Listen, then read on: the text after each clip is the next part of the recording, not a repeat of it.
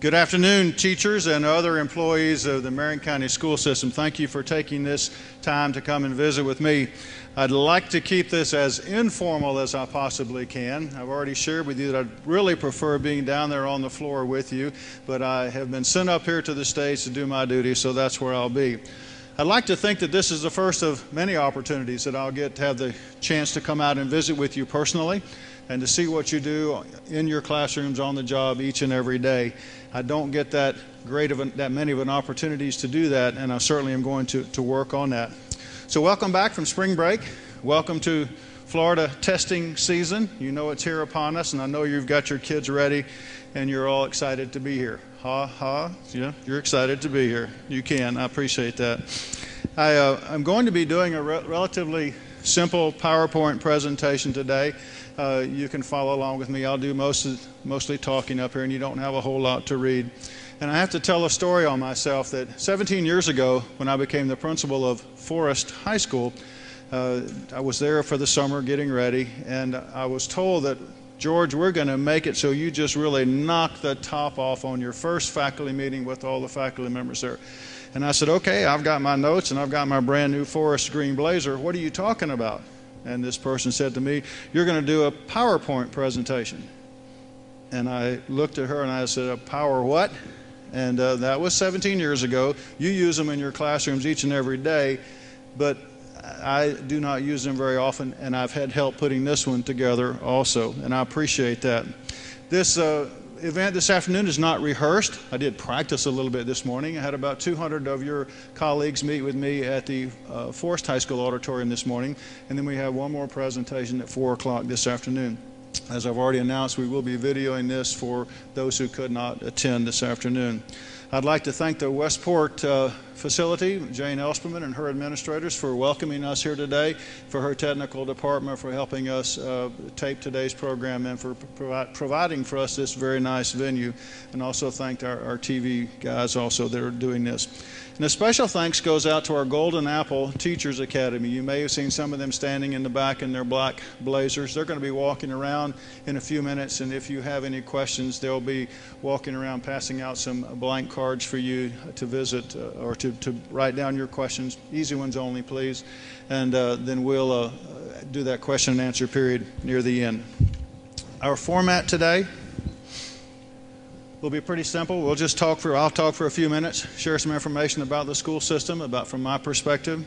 We'll have a time where we can gather some of your questions if you have any, and then we'll have that question and answer period right after that. The first thing I'd like to talk about is something that's very, very important to me, and that is team building. And as a teacher and as an administrator throughout my entire career, I've been very fortunate to be the member of very good and effective teams, and I know that you are too. I've very seldom done anything by myself that was worth a hoot when you think about it. We have to work together, and I have created what I think is a very good team that will help lead this district. And I want to talk a little bit about this team, and I'll introduce these folks as I come to their names. First person I'd like you to welcome is Rick Langford. Rick is sitting down in front. Rick, would you stand up? Rick is going to be our Deputy Superintendent for Curriculum and Instruction. Rick and I began our teaching career at Lake Worth High School about 30-some years ago. We don't like to talk about the date. We taught together at Lake Worth High School, and then we've mirrored each other's career as we've gone through the administrative ranks. I had the opportunity to work with Rick when he was the assistant principal at Forest High School.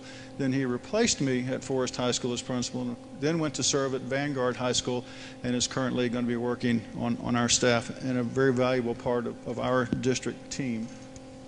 The next person I'd like to introduce is Chester Gregory. Chester, would you stand, please? Likewise, Chester Gregory and I have come through the ranks together. We both started in the late 70s. Chester spent a lot of his career in the north end of the county, in the North Marion area. And Chester also wears the military hat. You may have heard that before. Chester was a member of our reserves for a number of years, a weekend warrior, then a week warrior, then a month warrior, then gone 6 months, but always came back and do a fantastic job. And Chester, we thank you for your service to our country.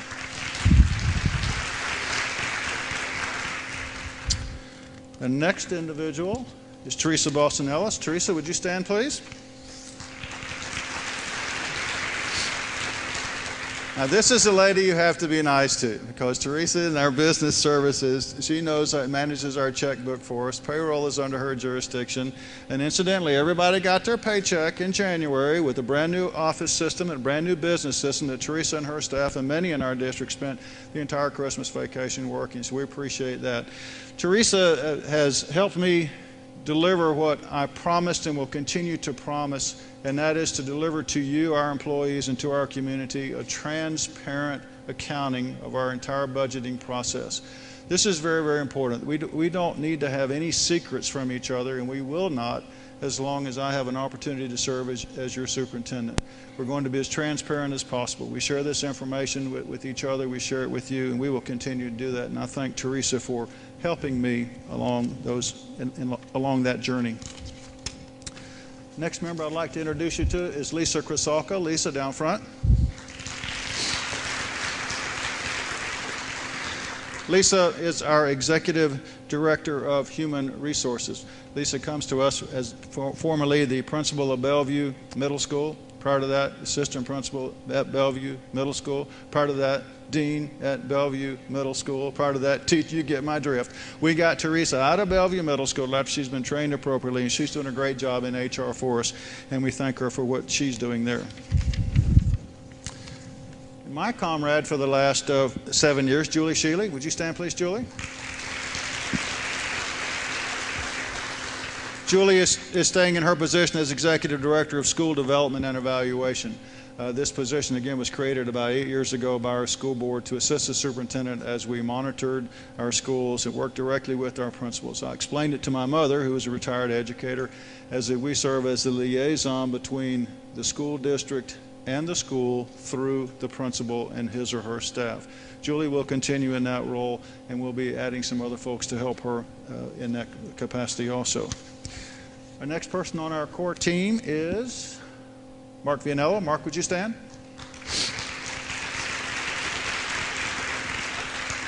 Mark has been serving as our Executive Director of Student Services and will continue in that capacity. ESE had a big meeting this morning with assistant principals for discipline, MTSS system. Mark is over there in Hillcrest with about 100 portables and a whole bunch of folks that help make our school system run as smooth as it can. And Mark, we thank you for the position you're doing. And then the other area I want to talk a little bit about is something you may have heard about, and I certainly hope you've heard about this, but we have actually merged three very, very important departments here in our curriculum delivery. We had a very good elementary department. We had a very good secondary education department and a good staff development department. But we found, and perhaps you did too, that often those three groups were not talking to each other. And so we rearranged everything. We now have an elementary curriculum person sitting in an office with a secondary curriculum person sitting next to a staff developer. And they're actually sharing ideas, and they understand how things at elementary school impact secondary school and how professional development needs to work as far as working with secondary students and then elementary students. And that merger, I think, is really the cornerstone of what we're trying to do here to help you become a more effective instructor in your class. The folks that are involved in that, one of them is not here today, and her name is Pam Roberts. Pam is having an extended spring break. She's actually celebrating the fact she got married on Easter Sunday, and she'll join us later on this week. But Pam Roberts is going to be the Executive Director coordinating that area. The next person that is here today is Anna Deweese. Anna, would you please stand? Anna comes to us from Fessenden Elementary, where she was principal for 3 or 4 years, and prior to that worked at Howard Middle School as an assistant principal and teacher and dean at Howard Middle School. She brings a real strong and a very important for my administration a look at elementary education, and she's going to carry that torch very effectively for us. And the third person in this arena is Donna Otzel. Donna, would you stand?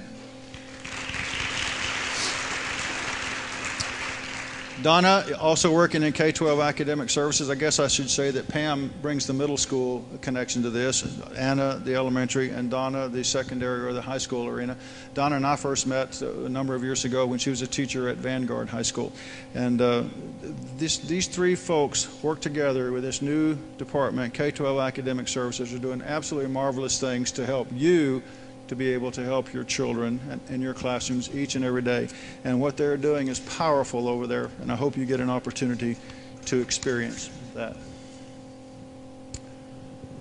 I graduated as a history major from Valdosta State College, and I wasn't a very good history teacher, but I think it's important that I give you a little bit of a history about me for those of you who don't know.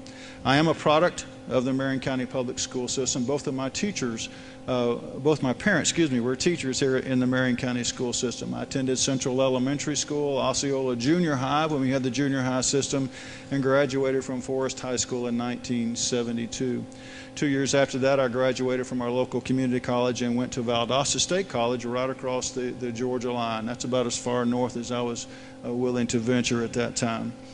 And when I got my degree at Valdosta, I also fell in love with Barbara, and Barbara and I have been married now since 1977. We have two beautiful daughters that were products of our school system, and I thank you for the work that you did in working with my daughters, because they have now become very successful students or employees on their own right. My career, when I came back to Marion County, I taught at Lake Weir High School, then became an assistant principal at Dunellen High School, then an assistant principal at Vanguard.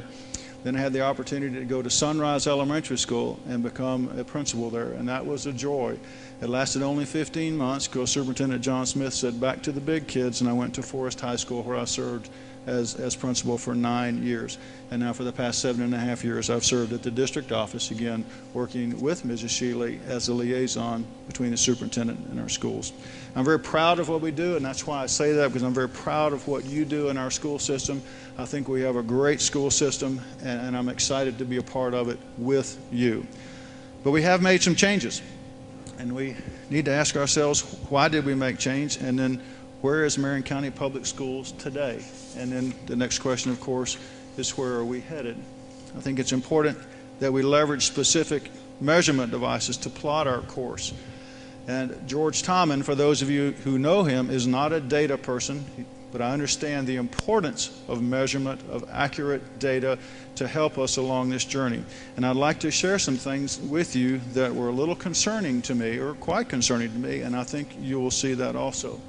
We certainly use the data that's available to us. I'm not arguing whether FCAT is good or bad. I'm not going to argue that with you today. That's not important. But the message is that we need to look at this data together and see what it reveals about our school system. If you can look at the top line, that purple line, that is the state of Florida. And what you're looking at is grade 3 through 10 reading. It's a combination of all of our test scores from 2010 to 2012. The point of this slide, of course, is to see that Marion County, essentially, the lower line, has mimicked or modeled, followed the state changes, but we've always been just a little bit below. If you look at the next slide, we're talking about math, those same grades 3 through 8, just about the same thing. A couple of times that Marion County was above, but I start to look at these and I said, I believe that our children are better than this. I know our teachers are better than this. Another slide, again, reflective as we look at science results just for the last few years. In 2006, just below the state average. And then finally, our writing results. And that big plummet, of course, happened all over the state. Now, you know this data. You work with data each and every day. You follow your children's progress in your classes, whether it be on FCAT data or on what you do in your classroom.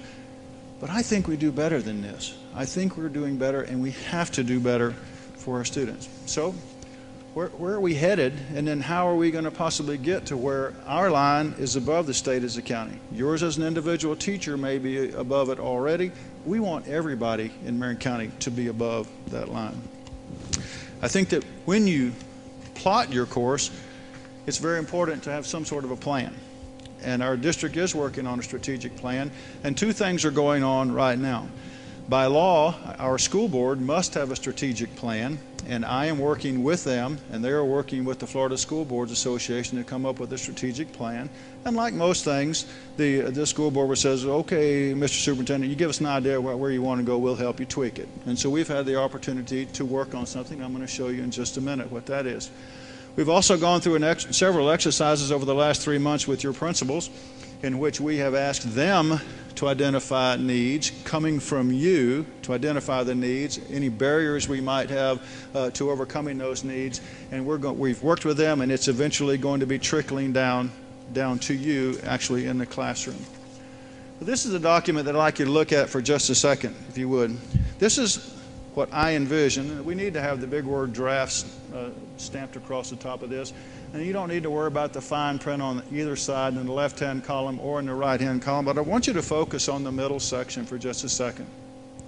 I am convinced beyond a shadow of a doubt that what happens in preschool impacts what happens in elementary school. What happens in elementary school impacts what happens in middle school, and then what happens in high school, and then to get to that graduation rate, and then to send our kids off into the world of work or to four-year degrees or technical school, the military, or whatever they might want to do.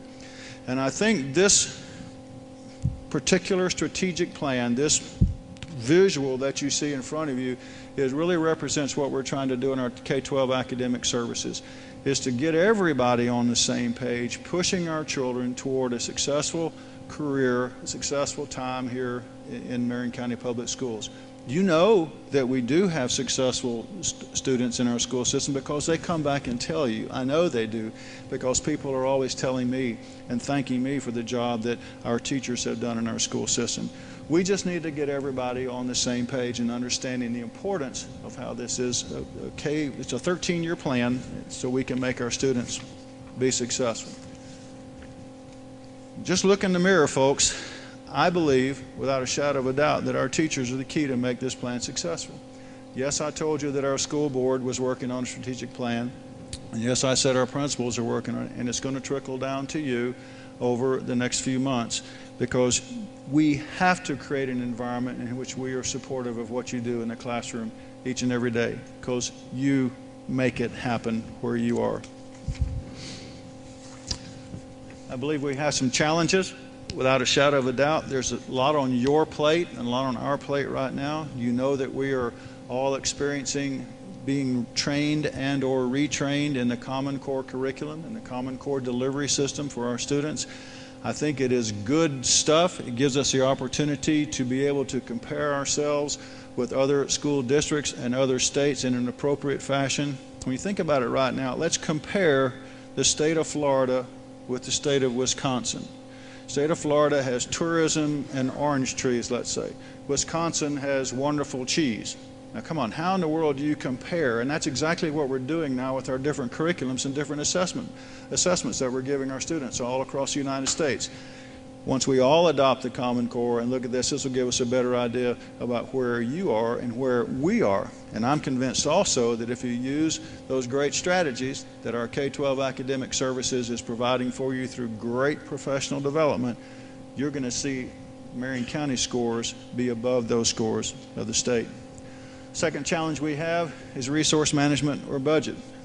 And I tease Theresa all the time. She's a welcome addition to our team. She's sitting at our table understanding what's going on with our curriculum issues. She's here today. She wants to be a part of this education system, even though her strength is managing the budget. But and she's a great part of this. And she, again, gives us great, transparent, good information. We are very encouraged as a school district and a state, and you should be also, with the financial attention that the state is giving to public education. Depends on when you talk to somebody, but anywhere between $1 and $1.3 billion of our state revenue is going to be increased to $1.3 billion to education throughout the state. There's some disagreement as to exactly how that money is going to come down. The legislature with the the Senate plan and the House plans a little different than the governor's plan, but we're very, very encouraged, and we think that it's going to be a good budget, at least compared to the recent few years here in Marion County. And the other big challenge we have is something that you have a challenge with each and every day, and that's time. When do we get trained for Common Core? How do we manage our budget? When do we have time to do that? When do I have time to clean my house? Someone this morning said, "What'd you do over spring break?" And I said, "I went out of town with my wife." "What'd you do?" She said, "I cleaned house. I don't have time to do anything else during my regular day because I'm so busy working to help our kids." We'll learn to manage that time, and I think those are our three big challenges for us. I think you bring to the table, along with me, something very, very important, and that is relationships, communication, and creating trust. And this is the last slide I'm going to show. We're not going to get any more detail with this one. I want to talk about these three things for just a minute, but our Golden Apple Academy folks are going to be walking down the aisles. And if you have a specific question as I go over this last slide, just raise your hand. They'll slip you a piece of paper and come back and collect that from you in just a moment. But building relationships, you know how important it is. You know how important it is for you to work with your students and your colleagues and your administrators and the parents of your children. And this is what I think is a strength that I might have, is working with people. And I want to do everything I can about help you build relationships with your constituents. This is hugely important. This meeting today is hopefully addressing the second bullet, and that is enhancing communication. I like being around you guys. I want to be around you guys. I want to be supportive of what you're doing, because thirdly, I want to create trust. And if we can't work together in a trusting environment, we're not going to be successful in implementing the Common Core. We're not going to be successful in trying to raise the standards of our school system and do a better job. Marion County is a great place to live. It's a great place to work, and we have an absolutely great school system because of what you do. But I think we can do a little better. And that's the message that I wanted to bring to you today. It's very important. I know it's important that you're here today. You feel as well as I do that this is very important that we all work together on this. I want to thank you for being with me today. I have some questions left over from this morning. So as our golden apples are walking around, if I can, I'd probably just go ahead and like to read a question or two from this morning. And these are legitimate questions, and I think they're pretty good. But if you have a question, again, these two folks walking around, please get them. We won't screen them. We'll send them straight down here to me. Here's a question that was asked this morning, if you're interested. Is it possible to get the random drug testing for student athletes and student activities restored? This is our situation a number of years ago. We did have drug testing for student athletes. We expanded that to include club members, band members, and things like that. And in the recent budget cuts, we did eliminate that program. My understanding is the program cost about $115,000 to $120,000. I am in favor of doing that. As a high school principal at the time it was implemented, I was concerned about that program, but I found that it was a great program for us. And what it did was it enabled a student athlete or a student to say no. It empowered that student. If he or she was tempted on a Friday night or a Saturday night to do something that they shouldn't be doing, whether it was drug or alcohol related, they had the opportunity to say, nope, I'm not going to do that because I'm playing baseball, I'm a cheerleader, I'm on Key Club, I'm in the band, and I don't want to risk being screened out of being able to participate. So we'll try to put that back in, and as we proceed. All right, now these are your questions. We'll see what we can do.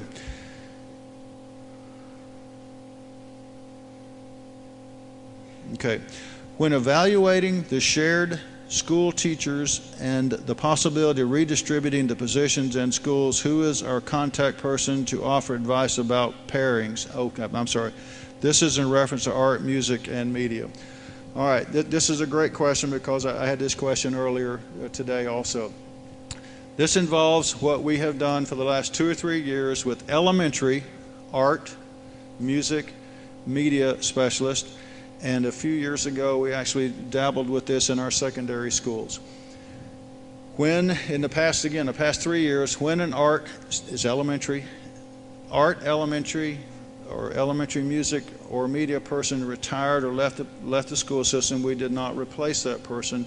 And we took another person on the totem pole of experience, if you will, and we told that student, that teacher, they then needed to split that position.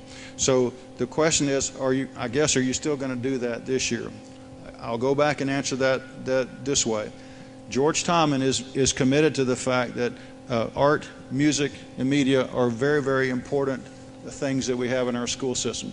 Whether they stay in the same delivery form, I'm not sure, but there will be art, music, and media in all of our schools. The second part of that question is, and I'm assuming it's probably coming from someone who is in that arena, who do I talk to about this? If you're talking about art, music, or media, Miriam Needham is certainly your contact person in that. But I want to assure you that you will be part of the solution this year, and you won't be called in on a last-minute ditch effort and told you're going to be shipped somewhere else. You've got 30 minutes to make a decision. I thought that's unconscionable and will not happen under my administration.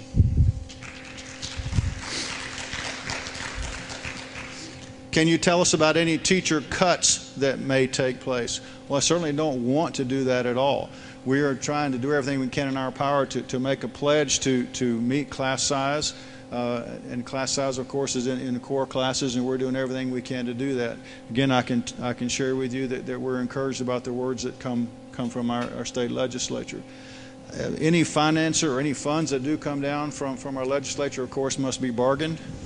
Your representatives of the MEA and MESP are here today, and you know that our finances and our salaries and things are negotiated, as well as any kind of layoffs or cuts. Okay? What is your assessment of teacher morale and job satisfaction, and how can you as superintendent affect it? I can tell you what some of you, I won't say many of you, but I will say some of you tell me that teacher morale is low and teacher job satisfaction, I'll say teacher job satisfaction is okay. It may not be high, but I think you enjoy what you're doing or you wouldn't be here today. But the teacher morale issue, I do believe that your morale is a little low. And what can I do as superintendent? Well, this is the first thing I want to do is to share with you that I'm willing to come out with you and visit with you and try to answer tough questions like this in front of you. How's that? So I want to communicate with you. I think from an organizational standpoint, we put together a team that can address our needs, and I want you to be behind us, because I can assure you that we will be behind you in supporting your moves.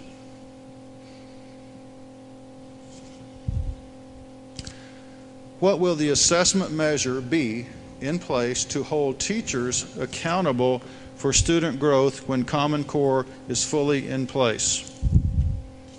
Okay, when Common Core is fully in place, students will be assessed by the PARCC assessment. We know that. There's a lot of discussion as to whether PARCC will be administered via computers or via paper and pencil, and it really doesn't matter. We know we want to go to computer assessment because we get quicker and faster results from that, but we also know we don't have the resources to adequately equip all of our schools for great computer assessment. But we know we're headed toward PARCC. And hold the teachers accountable for student growth when Common Core is fully in place. I think what this question is meaning right now is that what student data will be used? Will it simply be a Common Core assessment? Will it go back to something like the old competency test? No. Will it be like FCAT? Perhaps. I think it'll be even a little more sophisticated. And you may be venturing, even though you didn't say this, but there may be something about the value-added model in here, and that how much a student grows under your particular tutelage over a course of a year's worth of time. And I think I can answer it in reference to VAM. I'll be happy to say that I believe that we're getting much more scientific and much more sophisticated in assessing children and using that data. I don't think it's fair, I do not think it's fair, that over 60% of our employees are being given a VAM score based on the fact that 40% of our teachers had direct interaction with those students, and only 40%. I think those kindergarten teachers that don't have a VAM scores are those AP physics teachers at the other end of the spectrum. We need to develop a good assessment program for them. I'll go on to say that I've never met an effective teacher who is afraid of a good evaluation system. Student results and student assessment is certainly a part of that evaluation system. Is it possible to reinstate the activity bus program, especially for far out schools? Far out, I guess, means out of town, not far out. We do have activity buses now at some of our schools. Perhaps the school where you are, or maybe you're talking about an after school, after the activity in the evening, a 7 o'clock bus to run the basketball and the football players home. I don't have an answer for that one right now. I do know that I would want you to talk to your administrators about that and bring it to my attention. Theresa, Boston Ellis is cringing right now. I'm not making a promise that we're going to reactivate a program that we cannot afford. We're not going to do that. I do think it's important that our kids are involved in activities after school and in supplementary activities, and I appreciate those people who, again, sponsor those programs, and we'll certainly want it to be available to as many kids as possible. Is there money in the budget for our step up, or I guess it's our step increase in pay, or even getting a raise?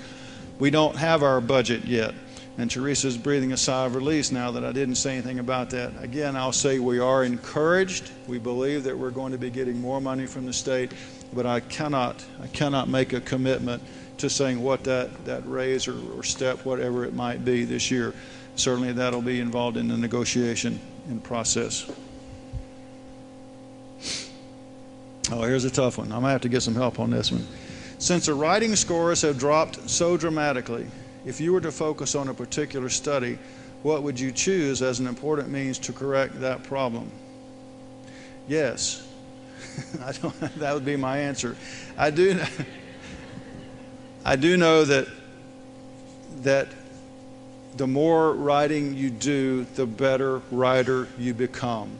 So I think our writing needs to be implemented across the curriculum, and not just in English classes, not just in social studies classes, not just in science classes, but in all of our classes. And PE teachers, that includes you, because I've seen some of you do writing activities with your students. So I don't think we would need to focus on any particular subject area, but to certainly emphasize that writing across the curriculum is very, very important. Hope I didn't muddle that one too much. Will part of your strategic plan include telling employees their salaries at the beginning of the year? No. And I say that with a smile. Our strategic plan guides the direction that we want our students to go and how we want you to work together. I would love to be able to tell you that contract negotiations are settled before the beginning of the year, and our MEA and MESP representatives that are here today would agree with me on that. And we're going to do everything in our power to work hard and charge towards settling that salary negotiations before the school year starts. Do you have any plans to privatize any support departments? Question, of course, follows the fact that we have privatized some of our custodial areas. We've talked about, as a district, privatizing transportation. None of those, or expanding those, is not necessarily on my agenda right now. I'm not interested in privatizing our transportation fleet. I don't think that it's in the best interest of our students in getting them to and from school. I'll say that's my feeling today. If the economy should go in the tank again, and if we should have any other huge economical challenges, certainly we're going to look at everything possible. But right now, I know that our employees working on our campuses, working with our children, do a better job than when we contract out. And excellent question. At the present, many middle schools do not have regular support for ESE or ESOL in science or social studies. Can this situation be reversed? Yes, and I'll look at these people over here at this team, and we'll put this one on the pocket. There's one we'll work on today. Certainly, we do have an inclusion program, not only for ESE, but ESOL students, and why it's not in science or social studies at your particular school, or maybe you just don't know that it is.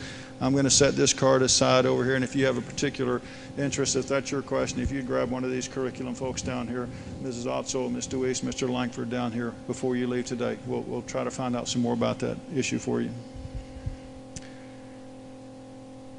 How realistic is a 10-day count before Labor Day? Our school population increases significantly after positions were lost. Okay, the 10-day count again is a kind of a benchmark plan. We staff our schools based on where we think our students are going to be right now, or where they're going to be on the first day of school. And if they do not show up then we transfer teachers to other areas. We are really pretty sophisticated on assigning our teachers and predicting the number of students. Mr. Tony Burke and his department has done a great job over the years. Thank you.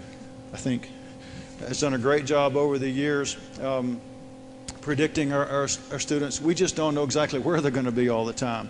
So we will continue to do the best job we possibly can. We understand that we don't want to transfer teachers in or out, because once they establish relationships with teachers and students, we know that's a huge issue.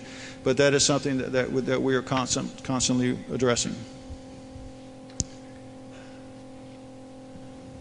The question, we're getting pretty specific here. We have to shut these questions off, I think, Ms. McMillan.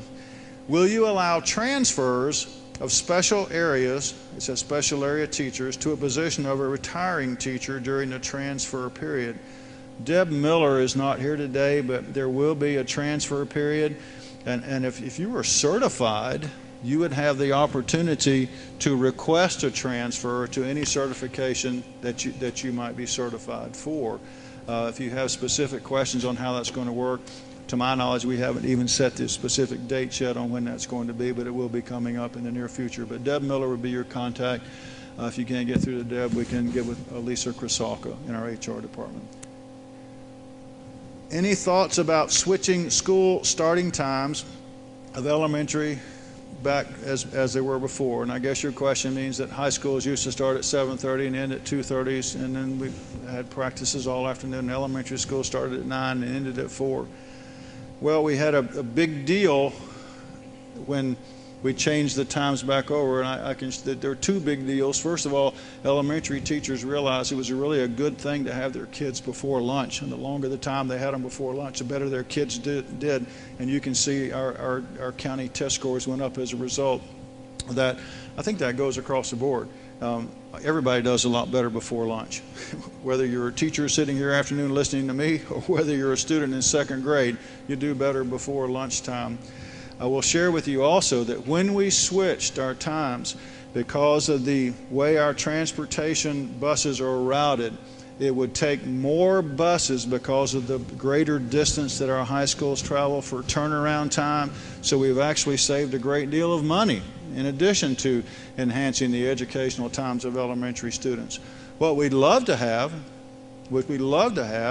is the ability to have everybody start whenever they wanted or at the same time. And we're not there, and that's not going to happen. The state funds about 50 to 55% of our transportation needs right now. The state simply does not fund us at a 100%. And we beg, borrow, and steal to get the dollars we have to do the job that we have to transport your students safely to you now. I do not think that changing times is going to come at any time unless there's a huge windfall of money.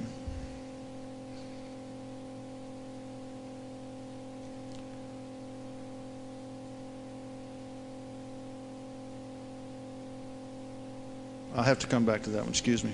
I can't read the writing. What is the point of salary negotiation when the county ultimately gets its way? Whew. Well, I do know that I've had the opportunity to sit in on salary negotiations as a member of the administrative team, and I know that there's a lot more that goes into the process than just negotiating salary. The contract is written and rewritten every 2 or 3 years, and I think the contract does a good job of protecting you and ensuring your due process. The school board, as you do know, can impose some things, and they can impose a contract and they can impose salary.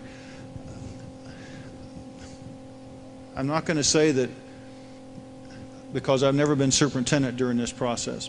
I do know that our school board will sit in executive session after getting full reports from our finance department, and we'll get the salary and the amount of money that is available to us, and that we will be given certain limits on how we can assign that money or how we can negotiate those funds. And that's what happens in the bargaining sessions that you're certainly welcome to come to. Can the school board up and impose at the end of that process? Yes, but I do think that, again, it's a good and healthy process to go through. And we're not going to impose anything until we get more information from the state in reference to the actual revenue that we will be receiving. There is a point to negotiation, though. Thank you. Will teachers have a planning period during each day without meetings scheduled? Teachers, by contract, are allotted a certain amount of planning time in each day and in each week. And if you are not receiving what you believe is the appropriate time, instead of answering a blank question like that, please see your administrator about that and explain your situation to them.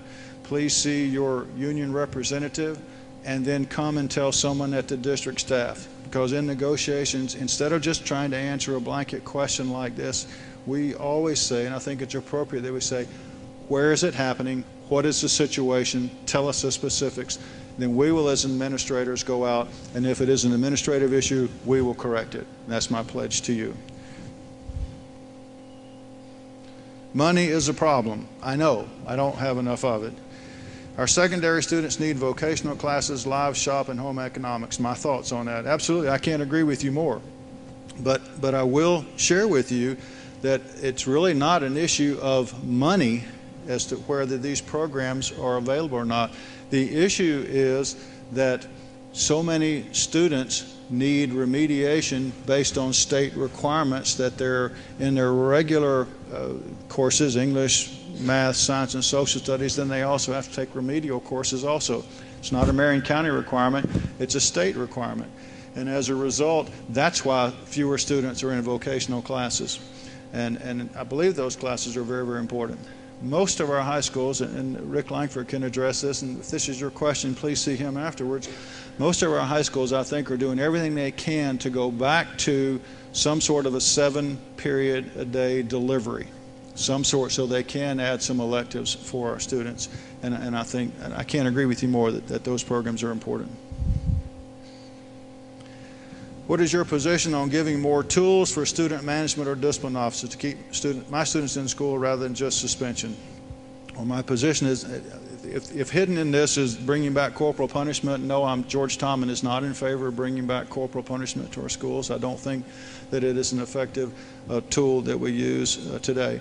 I think we do have some good tools in our school system. I was just stopped just a few minutes ago in the back by a teacher that I've known for many, many years. He used to work at our district office, that is now a PASS teacher at one of our local PASS sites. And this is probably one of the better things that we've added in a number of years, where we can have an in-school suspension program for elementary and middle school students, and even high school students, when the school would normally suspend a student from school. Instead of requiring that they stay home, that they can, if the parents can bring them. We'd like to expand the PASS program. I know Mark Vianello has talked to your principals about that.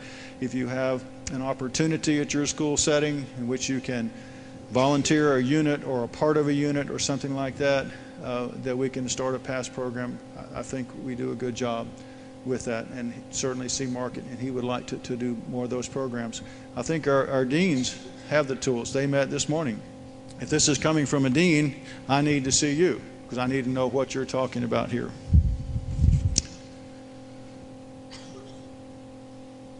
This is a chance of going to a 7-period day or a 4x4 block scheduling. 4x4 block scheduling is very expensive, but I said our high school principals are already being very creative about going to a 7-period day next year. As school closings spread throughout our country, do you feel that would be a viable solution to our budget woes, or will you consider other radical changes or changes to help boost our performance or attendance? Well, I'm not in favor of school closings necessarily. I mean, I read the horror stories about Chicago, I guess it was 2 weeks ago, in which they're closing 50 schools. That's a million student or 800,000 students in that district. And we have a couple of schools that certainly are less cost effective. Is that the right word? I won't say they're not effective at all, but they're less cost effective than some of our other schools. But I like our community schools, and if we can continue to staff them appropriately, I'd like to keep them. I'd like to keep our small schools. We did a great thing, Superintendent Yancey did an absolute great thing when he moved John McCollum to Osceola and H Street. John had the skills at middle school and elementary school that enabled him to work both campuses. It still about killed him the first year he was doing it. I'm not in favor of switching principals around to various schools. If we had to, I would certainly eliminate some other administrative positions at schools to make sure that every school and school site has a principal on site. I think that's very, very important. And this is a good question to end on. And it's, when will we get a high school in Marion Oaks? And I used to work in the Marion Oaks community at Sunrise Elementary School, and I think that is an appropriate question. But here's the way we build schools in the state of Florida. We receive specific dollars for capital projects from the state of Florida to build schools. The state of Florida is not just going to give us dollars when we think we want dollars. The state of Florida requires us to measure the number of seats that we have in all of our existing facilities. And then they add all those seats up, and currently we have, let's pick a number, we have 42,000 seats for students in Marion County. And we have 41,500 students. So the state looks at that and sees, you've got enough seats for students. Now I'm sure the numbers are a little farther apart than that, and the state works on percentages and things like that, and we have a facilities department that manages all this. But we simply are not going to be able to get funds via the state if we don't have a need for student seats. That's not to mean that the Marion Oaks community is not deserving of a high school, because it might be. But I don't know exactly how many students live in the Marion Oaks area, but district-wide, we don't have a need. And our job is to balance our class loads. And yes, Marion Oaks students have been moved to a variety of places. For some point in time, they went to Bellevue, then they all went to Dunellen, and now they're split between Westport and Dunellen. And I know it doesn't seem particularly fair for those students, but we're not in a position now to simply build a school in an area and assume that the state would fund that, because they simply will not do that. Wow. All right. You've been a great audience today, and I want to thank you for participating here. I'd like to do these more often. If you think they're worthwhile, please let me know via email or catch me in the hall as we're leaving here. These guys will be standing down here. If you've got any hard questions, I encourage you to come down and visit with them for a few minutes this afternoon. I want to thank you for participating today. Wish you a great spring and good luck with our testing season. Thank you for coming today.